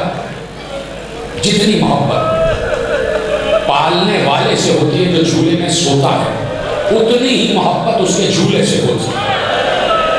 جتنی محبت جھولے کے بچے سے ہوتی ہے، ماں کو اتنی ہی محبت جھولے سے ہو جاتی ہے۔ ماں کبھی بھی جھولے کو خالی دیکھنا نہیں چاہتی، ماں کا دل دھڑک جاتا ہے جھولا خالی ہے، میرا بیٹا کہاں گیا میرا بچہ۔ اب سوچو کتنے دن ام رباب نے خالی جھولا دیکھا ہے۔ آہستہ آہستہ تمہاری آوازیں بلند ہو جانا، یہ ایوان زینب ہے، ایوان زینب، یہ یاد رکھنا، تم ایوان زینب میں بیٹھے ہو، اور زینب نے ہمیں بتایا ہے کہ رویا کیسے جاتا ہے، بی بی زینب نے ہمیں سکھایا ہے کہ رویا کیسے جاتا ہے۔ تمہاری آوازیں گریہ بلند ہو جائیں۔ علی اصغر کو فاطمہ صغریٰ سے اور فاطمہ صغریٰ کو علی اصغر سے 18 دن میں اتنی محبت ہو گئی جتنی صغریٰ کو 18 برس میں علی اکبر سے محبت ہے۔ 18 دن کا علی اصغر اور چلا ہے 28 رجب کو، چل دیا علی اصغر، چلا گیا علی اصغر، قافلہ چلا گیا، دور گرد اڑتی ہوئی صغریٰ دیکھ رہی تھی، وہ قافلہ جا رہا۔ نانی نے کہا کہ بیٹا گھر میں آؤ آرام کرو، بہت دیر سے تم بیٹھی ہو، قافلے کو دیکھ رہی ہو، صبح سے تم کھڑی ہوئی ہو۔ صغریٰ واپس حویلی میں آئی، چاروں طرف نگاہ کی، بھیا علی اکبر کا حجرہ تالا لگا ہوا ہے، اون کا محمد کا حجرہ بند ہے، وہ بھیا قاسم کا حجرہ خالی ہے، وہ میرے بابا کا حجرہ سب چلے گئے، یہ پھوپھیوں کے حجرے یہ سب خالی ہے۔ سب دروازے پہ چچا عباس کا حجرہ، اس سے بھی تالا پڑا ہوا۔ چاروں طرف حویلی میں نگاہ دوڑائی، اور جیسے ہی صغریٰ کی نگاہ دالان پر پڑی، ایک دم علی اصغر کا جھولا یاد آ گیا کہ دالان میں علی اصغر کا جھولا رکھا رہتا تھا۔ بہن تڑپ گئی، تڑپ کے کہتی ہے نانی مجھے ایک بار قافلے کے پیچھے لے چلو، مجھے ایک بار قافلے کے پیچھے لے چلو۔ نانی نے بہت روکا، بچی مانی نہیں، 9 برس کی صغریٰ مانی نہیں، تیزی سے دوڑتی ہوئی آگے جا رہی تھی۔ عباس قافلے کا تلایا کر رہے تھے، کبھی آگے جاتے تھے کبھی پیچھے آتے تھے تاکہ پورے قافلے کی حفاظت کرے۔ جیسے ہی عباس قافلے کے پیچھے آئے، عباس نے محلہ بنی ہاشم سے گرد اڑتی ہوئی دیکھی۔ اب جو عباس نے غور سے دیکھا، عباس تڑپ گئے، تڑپ کے آگے آئے، کہا آقا حسین قافلے کو روک لیجئے، آقا قافلے کو روک دیجئے۔ کہا عباس کیوں روک رہے ہو؟ کہا ذرا پیچھے مڑ کے دیکھیے کون آ رہا ہے۔ اب جو حسین نے دیکھا، فاطمہ صغریٰ 9 برس کی اصغر کی بہن، دونوں ہاتھوں کو ایسے کیے ہوئے، محلن محلن یا ابی، بابا کچھ دیر رک جا۔ تم لوگ رونا نہیں آ رہا، رونے والی شکل بناؤ، جسے رونا نہیں آ رہا رونے والی شکل بناؤ۔ ایسے نہیں سننا، آپ شہادتیں شروع ہو گئی ہیں، آل محمد کی بنی ہاشم کی شہادتیں آج سے پڑھی جا رہی ہیں، تمہاری آوازیں گریہ بلند ہو جائے۔ کہا بابا کچھ دیر رک جاؤ۔ حسین آگے بڑھے، صغریٰ کیسے آ گئی، کیوں آئی؟ کہا بابا علی اصغر بہت یاد آ رہا ہے، کیا آخری بار علی اصغر کو گود میں لے سکتی ہوں؟ کیا آخری بار لے سکتی ہوں؟ بیٹی نے کہا تو بات کیسے نہ مانے۔ ایک بار اس ناطے کو بٹھایا گیا جو بی بی ام رباب والا ناطا تھا۔ حسین نے کہا رباب اصغر کو میری گود میں دے دو۔ اصغر نے ہمت کے بعد کی گود میں آئے۔ حسین نے حضرت کو کیا کیا اور کہا یہ رو سوبرا، آخری بار بھائی کو گلے سے لگا. جیسے ہی بھائی نے بہن کو دیکھا مسکرا کر سوبرا سے ایسے لکھتا جیسے 1 گھنٹے کی جدائی نہیں 10 دن کی جدائی. بہن نے بھائی کو لکھا مسکرا کر دیکھ رہی. سوبرا نے علی اصغر کے چھوٹے سے ماتھے کو چھوما، چھوٹے چھوٹے رخساروں کو چھوما، چھوٹی سی ٹھوڑی کو چھوما، ننھے ننھے ہاتھوں کو چھوما، اتنے پاؤں، چھوٹے چھوٹے پاؤں. ان پاؤں کے تلووں کو سوبرا نے چومنا شروع کیا. کبھی آنکھ سے لگاتی. علی اصغر کی بہن کو پا کے خوش ہو گئے. تھوڑی دیر گزری، حسین آگے بڑھے. لاؤ سوبرا علی اصغر کو میری گود میں. حسین نے ایسے کہا اور علی اصغر کی طرف ہاتھ بڑھائے. اب میری طرف دیکھنا. سوبرا نے علی اصغر کو ایسے سینے سے لگایا اور کہا بابا چھین کر نہ لیجیے گا، علی اصغر خود سے آ جائے تو آپ لے لیجیے. ایسے ہٹ کے لیجیے. حسین نے ایک بار وہیں سے آواز دی، علی اصغر جانے بابا آ جا، بیٹا بابا بلا رہا ہے آ جا. علی اصغر ایک نگاہ حسین کو دیکھتے تھے اور پھر مسکرا کر سوبرا کو دیکھ کے پھر لپٹ جاتے. کبھی بچے کی یادیں دیکھیے کہ بچہ کیسے دیکھتا اور پھر اسی گود میں آ جاتا ہے جس گود کو وہ بہت چاہتا ہے. بار بار حسین بلاتے آ جاؤ. حسین کو دیکھتے مسکرا کے سوبرا سے لپٹ جاتے، پھر حسین کو دیکھتے پھر مسکرا کے سوبرا سے لپٹ جاتے. ایک بار چونکہ بیٹی نے کہا تھا نا تو حسین نے اصغر کو ہاتھ نہیں لگایا، ایسے ہاتھ پشت پہ باندھے آگے بڑھے. علی اصغر کے کان میں کچھ کہا، علی اصغر کے کان میں کچھ کہا. جیسے ہی اصغر نے سنا بے اختیار ہمت کے بابا کی گود میں آیا. حسین نے اصغر کو گود میں لیا، ام رباب کی گود میں دیا. ناکا اٹھا، قافلہ آگے بڑھا. کہا شوہرہ جاؤ، خدا حافظ. کہا بابا خدا حافظ، لیکن جاتے جاتے مجھے بتا دیجئے کہ اصغر کے کان میں کہا کیا تھا. بابا آپ کو میرے حق کی قسم بتائیے اصغر کے کان میں کیا کہا تھا. ایک بار حسین نے روتے ہوئے کہا شوہرہ اور کیا کہوں گا، اصغر کے کان میں یہی کہا تھا اصغر اگر تم آج ساتھ نہ چلے تو گلے پر تیر کون کھائے گا، امت کے بچوں کو کون بخشوائے گا. اجرکم اللہ. آ گئی کربلا، بند ہو گیا پانی. اصغر کی ماں بھی پیاسی، اصغر بھی پیاسا، اصغر کی اماں بھی پیاسی، اصغر بھی پیاسا. اور اصغر کی پیاس سب سے طویل تھی. کوئی ہے جملے کو سمجھنے والا؟ اصغر کی پیاس سب سے لمبی تھی، اس لیے کہ جو جتنی جلدی قتل ہو رہا تھا اس کی اتنی جلدی پیاس ختم ہو رہی تھی. ارے اصغر تو شہیدوں میں آخری شہید ہے. کتنا پیاسا ہے علی اصغر. حسین نے کہا حل میں ناصر ینصرنا، میرا ساتھ دیتے رہنا تمہیں چادر زہرا کا واسطہ. آنسوؤں کا انتظار نہ کرنا، ہائے حسین کہتے رہنا. میں دیکھ رہا ہوں نوجوان میرے پیچھے دوست بیٹھے، خدا تمہارے ہاتھوں کو سلامت رکھے جیسے تم ہاتھ مار مار کے ماتم کر رہے ہو. یہی حق ہے علی اصغر پر ماتم کرنے کا. یہ آگے جو لڑکے نہیں بول رہے تھے یہ رو کے دکھائیں کہ اگر فضائل میں نہیں بول رہے تو رویا کیسے جاتا ہے. اس لیے کہ جھولا برآمد ہو رہا ہے. میں ایسے جھولا برآمد نہیں کراؤں گا جب تک مجھے سب کے رونے کی آواز نہ آ جائے، سب کے گریے کی آواز نہ آ جائے. پانی بند ہو گیا. حسین نے آواز دی، آخری خطبہ حسین کا، حل من ناصر ینصرنا، حل من مغیث یغیثنا. ہے کوئی مجھ بے کس کی مدد کرنے والا، ہے کوئی مجھ گجرے ہوئے کے استغاثے پر لبیک کہنے والا، ہے کوئی حرم رسول کی حفاظت کرنے والا. ادھر سے خیمے سے رونے کا غل اٹھا. حسین کے کانوں میں اہل حرم کے رونے کی آواز آئی. حسین نے خطبہ چھوڑا، گھوڑے کو کعبہ دیا، خیمے میں آئے، گھوڑے سے اترے خیمے میں آئے. زینب کیوں رو رہی ہو؟ ابھی میں زندہ ہوں. زینب نے ایک بار ہوتے ہوئے کہا سنو کہ جملہ، کربلا ہر برس تازی رہتی ہے. تازی کوئی چیز بھی کربلا کی پرانی نہیں ہوتی. ایسا لگتا ہے آج علی اصغر کی شہادت ہوئی ہے. اگر محسوس کرو تو کی بات ہے. کہا کہ بھیا جیسے ہی تم نے کہا حل من ناصر ینصرنا، علی اصغر نے اپنے کو جھولے سے گرا دیا. یاد سنا ہے نا دوسرا جملہ جو مقدم میں لکھا ہے سنا. اور کہا بھیا میں اس وقت حیران ہو گئی، میرا کلیجہ اس لیے پھٹ گیا کہ صرف یہی نہیں کہ اصغر نے جھولے سے اپنے کو گرایا بلکہ گھٹنیوں کے بل میدان کی طرف جا رہا تھا. کوہنی اور گھٹنیوں کے بل خیمے کے دروازے پر جا رہا تھا. حسین نے کہا میں علی اصغر کا مطلب سمجھ گیا. بچے کو پیاس لگی ہے، بچہ پیاسا ہے.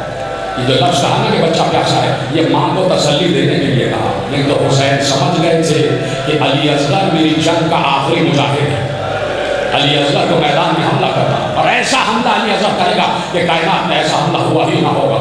علی اصغر کو گود لے لیا، کہا میں بچے کو پانی پلا کے لاتا ہوں۔ تب علی ایک لمحے کے لیے ٹھہر گئے، حسین کی گود میں علی اصغر قوم رباب نے ایک صندوق کھولا، سفید چادر نکالی، علی اصغر کے جسم پہ ڈال دی۔ حسین نے ایسے رباب کو دیکھا، سوالیہ ایک بار رباب نے کہا کہ میرے والی باہر دھوپ بہت تیز ہے، سورج چمک رہا ہے، کہیں میرا چاند سا پھول مرجھا نہ جائے، کہیں اس اصغر کی نازک جلد جھلس نہ جائے۔ حسین نے روتے ہوئے رباب کو دیکھا، کچھ کہا نہیں، گویا حسین نے زبان بے زبانی سے کہا رباب یہ دھوپ سے بچانے کے لیے چادر نہیں ڈالی، یہ تم نے علی اصغر کا کفن پہنا دیا، یہ علی اصغر کا کفن پہنا دیا۔ رباب ہم جا رہے، حسین آئے، میدان میں آ گئے، حسین ہاتھوں پہ علی اصغر بلا رہے ہیں، فوج عشق سمجھی حسین ہاتھوں پہ قرآن بلا رہے ہیں۔ حسین نے ایک بار علی اصغر کے چہرے سے چادر ہٹائی اور کہا یہ بچہ 3 دن سے پیاسا ہے، 3 دن سے پیاسا ہے، اس کی ماں بھی پیاسی ہے، بچہ بھی پیاسا ہے۔ جملہ سنو کہ حسین کا میرا کلیجہ پھٹ رہا ہے۔ مقتل میں نے عجیب جملہ پڑھا کہ اتنا پیاسا ہے، اتنا پیاسا ہے کہ کبھی مچھلی کی طرح منہ کھولتا ہے، کبھی بند کر دیتا ہے، کبھی مچھلی کی طرح منہ کھولتا ہے، کبھی بند کر دیتا ہے، اتنا پیاسا ہے یہ بچہ۔ کہ سنو اگر تمہیں مجھ پر رحم نہیں آ رہا تو بچے پر تو رحم کرو، میں اس کے عوض میں پانی نہیں پیوں گا، یہ نہ سمجھ لینا کہ میں پانی پیوں گا، تمہارے دریا سے پانی کی کیا کمی ہو جائے گی، بچے کو چند قطرے پانی پلا تو کتنا پانی پیے گا؟ وہاں سے کسی نے جواب نہ دیا۔ ابھی ایسے تھے علی اصغر حسین کی گود میں، ایسے ایسے، اب حسین نے علی اصغر کو ایسے اٹھایا، علی اصغر کی پشت اپنے سینے پہ رکھی، علی اصغر کا چہرہ فوج اشقیہ کی طرف رکھا، کہا علی اصغر تم حجت خدا کے پوتے ہو، تم بتا دو کہ تم کتنے پیاسے ہو، تم انہیں بتاؤ کہ تم کتنے پیاسے ہو۔ سنیں گے میری مائدہ نے سنا، بچے نے ننھی سی زبان نکالی، ہونٹوں پہ پھینکنا شروع کی، غور سے دیکھنے والوں نے دیکھا کہ بچے کی زبان نیلی ہو رہی تھی، بچے کے ہونٹ اودے ہو رہے تھے، بچہ بار بار اپنی زبان اپنے ہونٹوں پر لگا رہا تھا۔ ادھر سے فوج اشقیہ منہ موڑ موڑ کر رونے لگی۔ عمر سعد نے کہا اگر بچہ اسی حالت میں رہا تو انقلاب آ جائے گا۔ سننا، سینے پہ ہاتھ مار کے ایک بار کہتا ہے کہاں ہے ہرملہ، کہاں ہے ہرملہ؟ ہرملہ کو بلایا گیا، آیا ہرملہ، کہا کلام الحسین، حسین کے کلام کو فتح کر دے۔ کیا کہا؟ حسین کے کلام کو فتح کر دے۔ ہرملہ نے تیر اٹھایا، زانو زمین پہ رکھے، کمان میں تیر کو جوڑا۔ میں نے مقتل میں پڑھا کہ ابھی ہرملہ تیر چھوڑا ہی چاہتا تھا کہ بے اختیار کمان ہاتھ سے چھوٹ گئی، پھر دوسری مرتبہ پھر چھوٹی، پھر تیسری مرتبہ پھر چھوٹی۔ عمر سعد نے کہا تو بڑا بہترین نشانے باز ہے، یہ بار بار تیر تیرے ہاتھوں سے گر کیوں رہا؟ کہا یہ جو حسین بیٹھے ہیں، حسین کے پیچھے مجھے خیمہ نظر آ رہا، جب بھی میں تیر چلاتا ہوں کوئی بیوی خیمے کا پردہ ہٹاتی ہے، میری توجہ ادھر ادھر ہو جاتی ہے، کہ آپ نے زاویہ بدل۔ اب ہرملہ نے زاویہ بدلا۔ تم نے سنا ہے نا کہ 3 بھال کا تیر تھا، تیر سہشوبہ تھا۔ تیر سہشوبہ کا مطلب کیا ہوتا ہے کہ ایک تیر کی لکڑی اور اس میں 3 تیر ایسے، میری طرف دیکھنا، ایسے 3 تیر لگے ہوتے ہیں، اس کو کہتے ہیں تیر سہشوبہ۔ اس سے بڑا جملہ میں تمہارے حوالے نہیں کر سکتا۔ تیر سہشوبہ اور پیچھے لکڑی، اس نے تیر سہشوبہ کو کمان سے جوڑا، تیر چلا، تیر کا نشانہ تھا حسین۔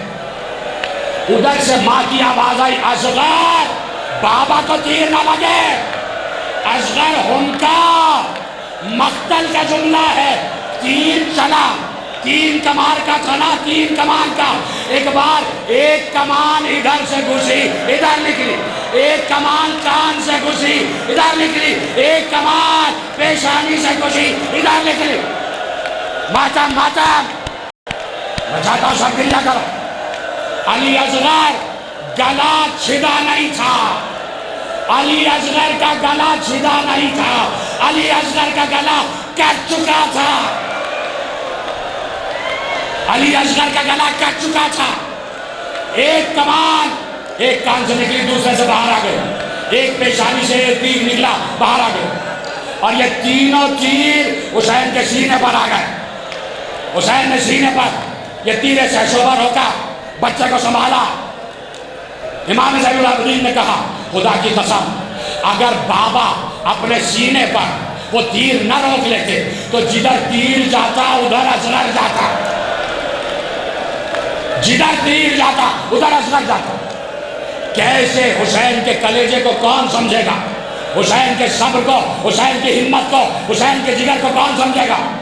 کوئی باپ ایسا دکھاؤ کہ جس نے بیٹے کو اس عالم میں پھر اپنی گود میں لیا اور اب وہی تیر حسین نے باہر کھینچا۔ تھک گئے کیا؟ رونا نہیں آتا کیا؟ کیا ماتم کرنا بھول گئے؟ کسے کسے رونا آتا ہے؟ ہائے علی اصغر، تیر کو کھینچا، جیسے ہی تیر باہر آیا بچے کے لہو بہنے لگا، بچے کا خون بہنے لگا۔ تمہیں پتہ ہے کہ علی اصغر کے جسم میں کتنا خون تھا؟ اتنا خون تھا کہ حسین کے چلو میں آ گیا، اتنا لہو تھا کہ حسین کے چلو میں آ گیا۔ حسین نے جہاں آسمان پہ پھینکے آواز آئی حسین یہ خون ناحق ہے، آسمان پہ آیا تو بارش نہیں برس سکتی۔ جہاں زمین پہ پھینکے آواز آئی اگر یہ خون آیا تو زمین سے غلہ نہیں ہوگے گا۔ حسین نے وہی لہو اپنے چہرے پہ بہایا، آواز دی اسی عالم میں نانا کے پاس جاؤں گا اور امت کا ظلم دکھاؤں گا کہ نانا آپ کی امت نے کیا کیا۔ حسین نے علی اصغر کو لیا، آبا کا دامن علی اصغر کے جسم پہ ڈالا۔ حسین اکبر کو لائے تھے نا، کاندھے پہ اکبر کا لاشا لائے اور سیدھے خیمے میں لا کے رکھ دیا۔ حسین قاسم کی لاش لائے اور گٹھڑی سامنے لا کے رکھ دی۔ حسین اور محمد کے لاشیں لائے اور لاشیں لٹا دیے خیمہ گاہ میں۔ عباس سے کٹے ہوئے بازو لائے اور کٹے ہوئے بازو بیوی کے سامنے رکھ دیے۔ لیکن یہ عجیب جنازہ تھا، حسین سے خیمے میں جایا نہیں جا رہا تھا۔ سب کے جنازے لے جانے والا حسین ہمت نہیں بنا پا رہا تھا، کبھی آگے جاتے تھے کبھی پیچھے آ جاتے تھے۔ جب آگے جاتے تو کہتے انا للہ و انا الیہ راجعون، پیچھے آتے رضا قضائہ و تسلیما لامرہ، 7 مرتبہ پیچھے 7 مرتبہ آگے گئے۔ آخری بار جب آگے گئے تو ایک بار حسین نے ہمت کی، ایک ہاتھ سے خیمے کا پردہ ہٹایا، سامنے ام رباب کھڑی تھی، حسین کی گود میں علی اصغر ہے اور ابا کا دامن علی اصغر ہے، علی اصغر چھپے ہوئے ہیں حسین کی ابا میں۔ کہا ام رباب میں کون ہوں؟ میں تمہارا کون ہوں؟ کہ والی آپ میرے والی ہیں، میرے سردار ہیں، میرے وقت امام ہیں۔ کہ ام رباب جو کہوں گا اسے مانو گی؟ کہ جو آپ کہیں گے آپ کا حکم میرے سر آنکھوں پر۔ حسین نے ایک بار ابا کا دامن ہٹایا، کہ ام رباب یہ لو تمہارے بچے نے پانی پی لیا، تمہارے بچے نے پانی پی لیا۔ ام رباب نے گود میں بچے کو لیا، بچے کا کٹا ہوا گلا دیکھا، ڈھلکی ہوئی گردن دیکھی، تیر کے زخم اور سوراخ دیکھے، صرف ایک جملہ کا علی اصغر تجھے تو اس تیر سے مارا گیا ہے جس سے جانوروں کو مارا جاتا۔ ماتم علی اصغر تجھے تو اس تیر سے مارا گیا جس سے جانوروں کو مارا جاتا۔ خیمے میں کوہرام برپا ہو گیا، بیوی آ گئی، بچیاں لپٹ گئی۔ ام کلثوم علی اصغر کے لاشے پہ گر گئے، چھوٹی چھوٹی بچیاں سکینہ رقیہ یہ ساری بچیاں علی اصغر سے لپٹ گئی، چوم رہی تھی۔ علی اصغر کی کٹی ہوئی گردن، ڈھلکی ہوئی گردن، عجیب خیمے میں کوہرام تھا۔ حسین نے علی اصغر کا لاشا اٹھایا، کہا میں علی اصغر کو دفناؤں گا۔ یہ واحد قبر ہے جو حسین نے بنائی، تھکنا نہیں تمہیں چادر زہرا کا واسطہ، اس سے بڑا واسطہ میں کوئی نہیں دے سکتا، تمہیں چادر زہرا کا واسطہ تھکنا ہے۔ حسین پہلی قبر بنانے اور آخری قبر بنانے کا خیمے کی پشت پر گئے، ایک ہاتھ میں ذوالفقار ہے اور ایک ہاتھ سے مٹی ہٹا رہے، ایک ہاتھ سے ذوالفقار سے قبر کھود رہے ہیں، ایک ہاتھ سے مٹی ہٹا رہے ہیں۔ تم نے سن لیا، میں نے کہہ دیا، حسین کے دونوں ہاتھ قبر بنانے میں مصروف تھے۔ ذرا یہ تو پوچھو اس وقت علی اصغر کس کے پاس تھا؟ اس وقت علی اصغر کا لاشا کس کے پاس تھا؟ قیامت ہی آ گئی کہ ماں اپنے ہاتھ میں لاشا لیے ہوئے اور بیٹا دفن ہونے جا رہا۔ جیسے ہی قبر تیار ہوئی حسین نے لرزتے ہوئے ہاتھوں کو اٹھایا، اللہ اور ابا میرے بچے کو میری آگوش لاؤ رباب بچے کو دو. ماں نے کس دل سے لرزتے ہوئے ہاتھوں سے حسین کے ہاتھ میں بچے کو دیا. حسین نے علی اصغر کو دیا. بچے کچے جسم پر پیار کیا, بچے کچے جسم پر پیار کیا, بچے کچے جسم پر پیار کیا. حسین نے تپتی ہوئی ریت کی قبر میں علی اصغر کو اتارا. ماں یہی تو کہہ رہی تھی کہ بچہ جھلس نہ جائے, اور اب بچے کی جلد جھلسنے جا رہی تھی. حسین نے بچے کو قبر میں لٹا دیا. حسین نے مٹی ڈالنا شروع کی. علی اصغر کے قدموں پہ مٹی آ گئی. رباب نے سینے پہ ہاتھ رکھ دیا, ہائے علی اصغر. مٹی ڈالی, علی اصغر کے شکم تک مٹی آ گئی. رباب نے ماتم کرنا شروع کیا, ہائے میرا اللہ. مٹی ڈالی, سینے تک آ گئی. رباب چیخ مار کے روئے. اب جو مٹی علی اصغر کے چہرے پہ آئی, رباب گر کے بے ہوش ہو گئے. بیویوں نے اٹھایا, قرآن برپا تھا, قبر کو برابر کر دیا, نشان قبر مٹا دیا, نشان قبر مٹا دیا. ختم ہو گئی بات میرے عزیزوں. ابھی جھولا برآمد ہونے والا ہے, بس 2 ہی جملے رہ گئے نا پڑھنے کے لیے. حسین نے نشان قبر مٹا دیا. 2 روایتیں سن لینا, اور اس کے بعد جھولے کا ایسے استقبال کرنا کہ جیسے کوئی لاشا برآمد ہو رہا ہے. یہ جھولا نہیں, علی اصغر کا لاشا.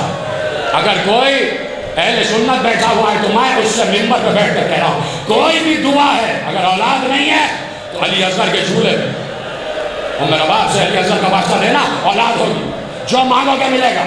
بادشاہوں کے گھر کا بچہ ہے, اس کا جنازہ برآمد ہو رہا ہے, وعدہ کر رہے ہو تمہاری آوازیں گریا رکنے نہ پائے جب تک جھولا برآمد ہو رہا ہے. تم ہائے علی اصغر, ہائے علی اصغر کہتے رہے. حسین نے قبر کو برابر کر دیا. حسین ذبح ہو گئے, حسین ذبح ہو گئے. شام غریبہ آ گئی, اہل حرم لٹ گئے. 11 محرم آئی, نیزے لائے گئے, سروں کو کاٹا گیا. بیویوں کو دکھا دکھا کر ان کے وارثوں کے سروں کو کاٹا گیا. ایک ایک سر نو کے سینہ پر بلند ہوا. سروں کو گنا گیا تو ایک سر کم نظر آیا, ایک سر کم نظر آیا, ایک سر کم نظر آیا. پوچھا میرے ساتھ کون ہے, کوئی ایک سر کم ہے, کس کا سر؟ سب دیکھنے لگے, نہیں سب کے سر. کسی نے کہا حسین ایک بچے کو لائے تھے, حسین ایک بچے کو لائے تھے. کہاں اس بچے کا سر نظر نہیں آیا. کہا بچے کو تلاش ہو, کہا مقتل میں بچہ نہیں ہے, سارے لاشوں کے ساتھ بچہ نہیں ہے. کسی نے آگے بڑھ کے کہا میں نے بہت دور سے دیکھا تھا کہ حسین خیمے کی پشت پر گئے تھے اور زمین کھود رہے تھے. کہیں ایسا تو نہیں کہ بچے کو زمین میں دفنا دیا ہو. یہ ہے فوج یزید, یہ ہے شفیع, کیوں نہ روئیں. ایک بار کہا بچے کو تلاش کرو. کہا کیسے تلاش کرے, کھودا نہیں جا سکتا. کہا نیزے مارو زمین پر, نیزے مارو زمین پر. نیزے مارے جانے لگے. ایک شفیع نے جو نیزہ مارا, اب جو نیزہ باہر آیا, بچے کا لاشا, بچے کا لاشا, لاشا نیزہ اوپر, لاشا نیچے. بچے کے لاشے کو نیزے سے جدا کیا گیا.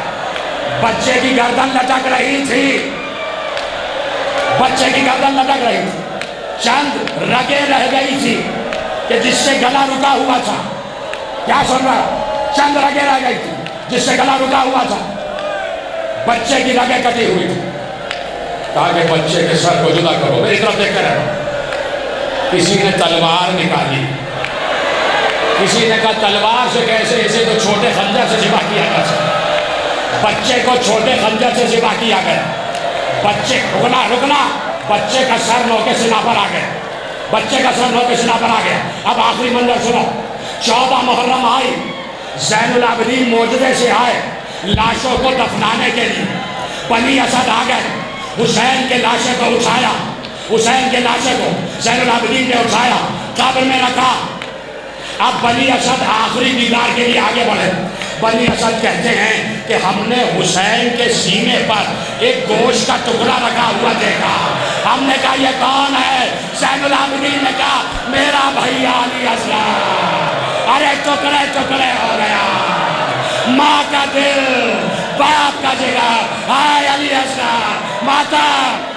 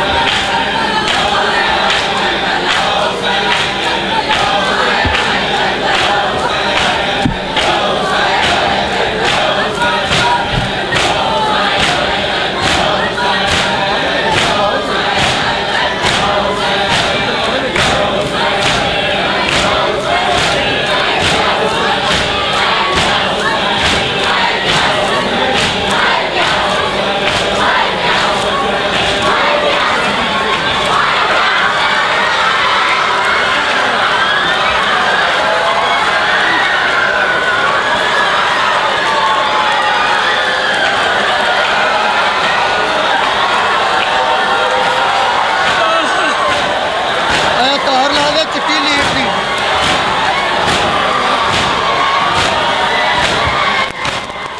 ਆਰਾਮ ਨਾਲ ਉੱਤੇ ਓਏ ਉਤਲੀ ਹਾਂ ਇਧਰ ਖਾ